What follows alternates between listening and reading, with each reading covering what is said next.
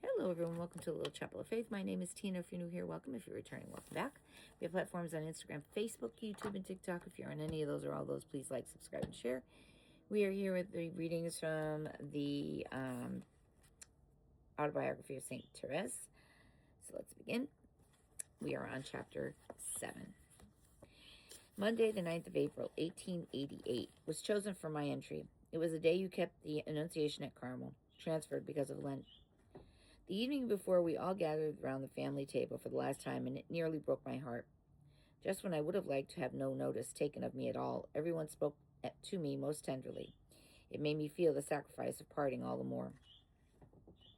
The next morning, I had a last look around Le Bisonnet, the charming cradle of my childhood. Then I was off to Carmel. I heard Mass surrounded by those I loved. I loved as I had been the evening before. At the communion, when Jesus had come into our hearts, their sobbing was all I could hear. I did not cry at all myself, but as I headed the procession to the cloister door, my heart was thumping so hard that I wondered if I were to die. It was a moment of agony, which one must be experienced to be understood. I kissed the whole family, then knelt for Father's blessing. He knelt down too, and he was crying as he blessed me. It was a sight to gladden the angels, an old man offering to God his child, still in the springtime of life. Then the doors of Carmel closed upon me. The two darling sisters who had each been a mother to me embraced me first, then my new sisters, whose devotion and tenderness are beyond anything those in the world can guess. My dream was at last realized, and peace flooded my soul, a deep, sweet, inexpressible peace, an inward peace, which had been my lot these 8.5 years. It has never left me, not even when trials were at their height. Everything here delighted me, our little cell most of all. It was as though I had been transported to a faraway desert. But my happiness, I must say, was a calm happiness. Tranquil, unruffled by the slightest wind, were the waters on which the little boat was sailing, under a sky of cloudless blue. All my trials had found an ample recompense, and profoundly happy, I kept saying over and over again, I am here forever now. It was no mere transitory happiness, no passing illusion of one's first enthusiasm. Illusions. Thanks to God's mercy, I had none at all. The religious life was just what I expected. No sacrifice took me by surprise, though, as you know, Mother, the path on which I took my first step was strewn with far more thorns than roses. At first, I found the daily bread of my soul dry and bitter. Our Lord allowed Reverend Mother to treat me with a great severity, sometimes unconsciously. I could not meet her without getting some reproof or other. On one occasion, I remember I left a cobweb in the cloister. In front of everyone, she said, "The cloisters are obviously swept by a 15-year-old. It is a disgrace. Go and sweep that cobweb away. In the future, be more careful." Now and then I had to go and spend an hour with her for spiritual direction. Most of it was spent in scolding me, but the worst of it was when I did not know how to correct my faults, my slowness, for example, or my lack of generosity in carrying out my duties. One day it occurred to me that this would surely like to see me spending my free time on some other work or other time usually set aside for prayer. So without raising my eyes, I carried out my needlework. But as I wanted to be faithful to Jesus and do it all for him, I never told anyone. During my postulancy, our mistress used to send me out to weed the garden at 4:30 every afternoon. It cost me a lot, all the more because I was almost sure to meet Mother Mary Gonzaga on the way. On one such occasion, she remarked, "Really, this child does nothing at all. There must be something wrong with a novice that has to be sent for a walk every day." She always treated me like this. How I thank God for my darling mother for such a virile and valuable training. What a priceless grace. I did not know what would have happened to me if I had become the pet of the community, as those outside seemed to think. I would probably have thought of my superiors merely as human beings instead of seeing our Lord in them, and the heart that had been so well guarded in the world would have fallen to prey to human attachments in the cloister. Luckily, I escaped such fate. I can honestly say that from the moment I entered, suffering opened her arms to me. not only in the trials I've already told you about, but in others keener still, and I embraced her lovingly. I declared my reason for coming to Carmel during the solemn examination before profession. I have come to save souls, and above all, to pray for priests. And when one wants to attain some end, and one must take the means. As Jesus had made me realize that the cross was the means by which he would give me souls, the more often it came my way, and the more suffering attracted me. For 5 years I followed this course, though I was the only one to know it, and the practice was nothing else but the hidden flower. I wanted to offer to Jesus the flower whose perfume none would breathe the sight of heaven. Even Father Pichon was surprised at what God had worked in my soul within the 2 months of entering Carmel in this view. I was following a tranquil path, while my fervor was truly that of a child. If I had not found it very difficult to open my heart, my interview with Good Father would have resulted in abundant consolation. However, this is what he told me after I had made a general confession. In the presence of God, Our Lady, the angels, and all the saints, I declare that you have never committed a single mortal sin. Thank God for giving you such a grace without any merit on your part. Without any merit on my part? That was not difficult to believe. I knew how very weak I was, and how imperfect. My heart was overflowed with gratitude. I had suffered a great deal from the fear that I had strained the purity of my baptismal robe, and it seemed to me that the assurance from our spiritual director, combined with knowledge and with virtue, as our mother, St. Therese, desired, came from God himself. He went on to say, "My child, may our Lord always be your superior and novice master. He has in fact been all this to me, and my spiritual director too, though I do not mean I never opened my heart to my superiors. Far from concealing what was going on there, I have always tried to be an open book to them. Our mistress was a real saint, a perfect example of a Carmelite, as it was her task to teach me how to work. I spent all my days in her company. I cannot tell you how good it was to me, and how much I loved and respected her, but in spite of all this, my soul did not open out. I did not know how to explain what was going on in me. Words failed me, and spiritual direction became a torture and a martyrdom." We're going to leave it there for today.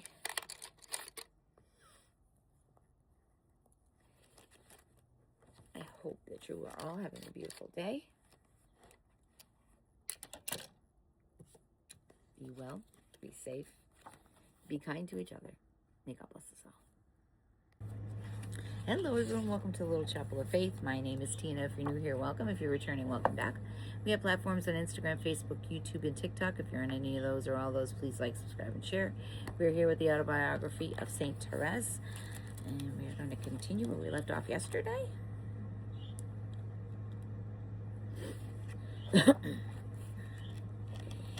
One of our older mothers seemed to understand how I felt, for she said to me in recreation one day, "I don't suppose you have very much to tell to your superiors."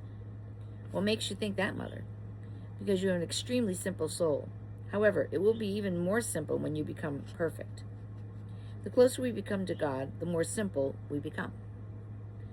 How right she was, because I was so simple that I found it so difficult to lay open my soul to anyone, but this did not make it any less of a martyrdom. Today, I can express myself without the slightest difficulty and without losing any of my simplicity. Jesus, as I said, has been my spiritual director. No sooner had Father Pichon undertaken the care of my soul than his superiors sent him off to Canada, reduced to receiving only 1 letter a year. The little flower, which had been transplanted to the mountain of Carmel, soon turned to the director of directors, and she blossomed into the shadow of his cross, having his tears and his precious blood for a refreshing dew, and his adorable face for the sun. I had not realized till then the richness of the treasures hidden in his adorable face, and it was you who taught me how to find them. You, the first to penetrate the mysteries of love hidden in our beloved's face, just as you were the first of us to enter Carmel. You revealed them to me, and now I understood more than ever before, that here was true glory. He whose kingdom is not of this world taught me that only the royalty that counts consists in being willing to be ignored and despised, and to find one's joy in self-contempt. If only my face, like the face of Jesus, could be hidden from everyone, that none on earth might take any notice of me. I long to suffer to be despised, because of our divine Master has always led me along such a path of mercy, and has never made me want anything without giving it to me. I've always found his bitter chalice sweet. Soon after the beautiful ceremony of Marie's profession at the end of May in 1888, when Therese, the Benjamin, had the joy of crowning her eldest sister with roses on her magical marriage day, a new trial fell upon the family. Since his first attack of paralysis, we noticed that Father used to get very tired very easily, and I often noticed during our journey to Rome that his face betrayed pain and exhaustion, though what had struck me most of all was the wonderful way he was advancing in holiness. He had completely mastered his natural impetuosity, and earthly things no longer seemed concerned him at all. Let me give you an example of this, Mother. During our pilgrimage, the days and nights were spent in our compartment seemed very long to some of the travelers, and they used to make up card parties, which often ended in quite a storm. They asked us to play one day, but we excused ourselves on the plea that we did not know enough about it. The time did not seem at all long as it did went to them. It was all too short to enjoy the magnificent views which opened out before our eyes. They were obviously annoyed at this, but Father, very calmly defending us, left it to be understood that on a pilgrimage there ought to be a little more prayer. One of the players, forgetting this due respect due to age, thoughtlessly remarked, "It's a good thing there aren't many more Pharisees about."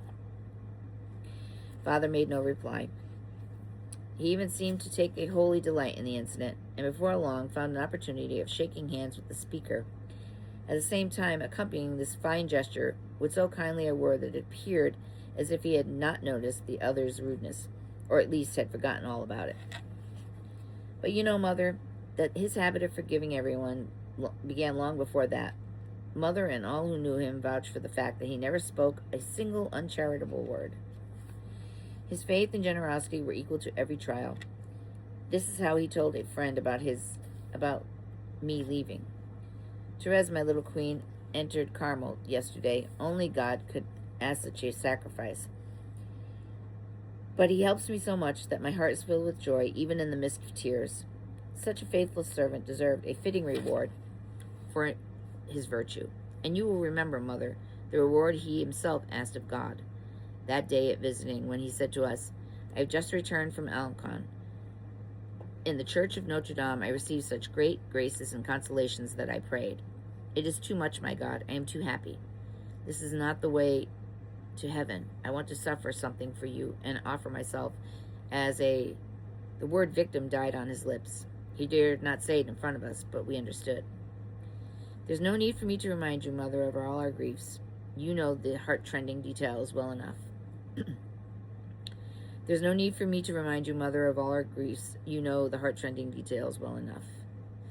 I think I just read that twice. I'm sorry.